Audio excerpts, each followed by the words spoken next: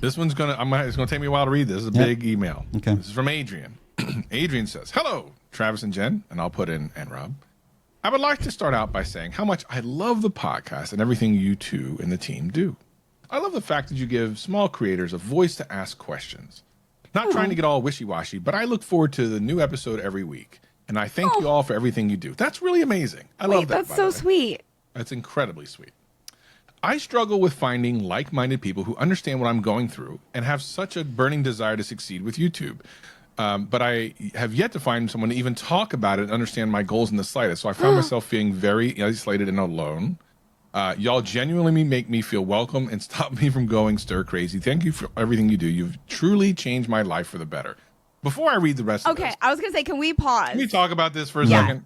Yeah. Go ahead.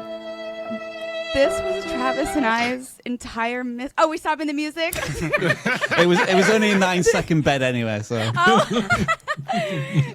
This was really Travis and I's goal with this podcast, was to have it feel community driven, to have it feel like you just have two friends hanging out, geeking out about YouTube together. And the fact that you don't right now have those people in your life and you feel like you have that in us is like, check, we can quit again, Travis. Yeah, and some of the things that are in here are written so exactly to conversations you and I have had. It almost would be like, are you trolling by writing this? Because this is literally some of the things that we've talked about. There's a sentiment here, Rob, and let's talk again. We'll get to your questions, but I want to talk a little bit more about this first section because my guess is there's other people listening right now that are like, yeah, I totally feel the same. Yep. And I want to dig into this for a second because actually, when I created the Max group coaching thing here at vidIQ, community was the number one thing on my mind. It was always, and we did a podcast the other episode about the community, growing your community, and I think like it's really huge and important because this is the most popular lonely job in the world. You're potentially talking to thousands of people, but really talking to no one but your camera lens, right? Yeah. So you're communicating with lots of people, really only talking to one thing. And that's what makes places like Vid Summit and meetups, YouTube meetups, so magical because for the first time, you're surrounded by people that speak your language. And there's something intoxicating about that. It's unlike anything you've ever experienced. And I'm glad that we can be that for you through the podcast. Rob, when you were kind of coming up, before vidIQ, before you started getting connected with vidIQ, what was your creator journey like? Was it kind of, did you have people that you could lean on or talk to? What was that like for you? No, not in the slightest. And I suspect majority of creators you can argue with me if you don't think this is true, are introverts.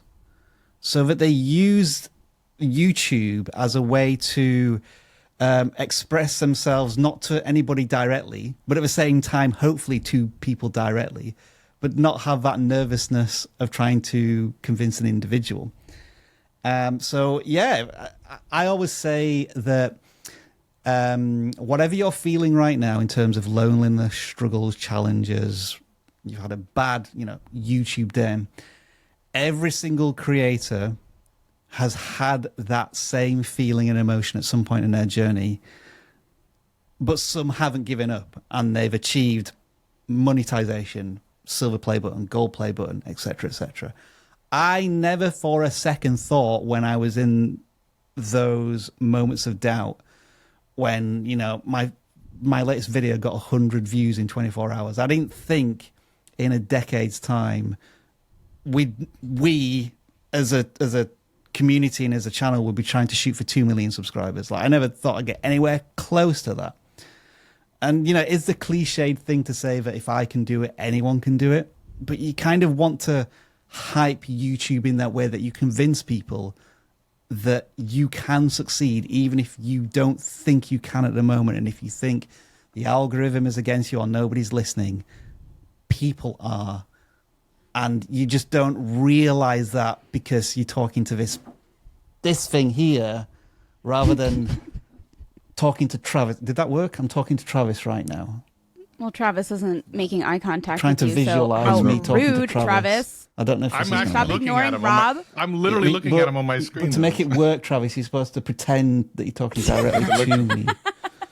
And you're looking the wrong way. You're looking the wrong way on my screen. For me, it looks right. Yeah. Anyone's watching the podcast probably is like, "What the hell is going on?" Or listening to the podcast, "What the hell is going on?" We If just you're got watching the Inception video here right now.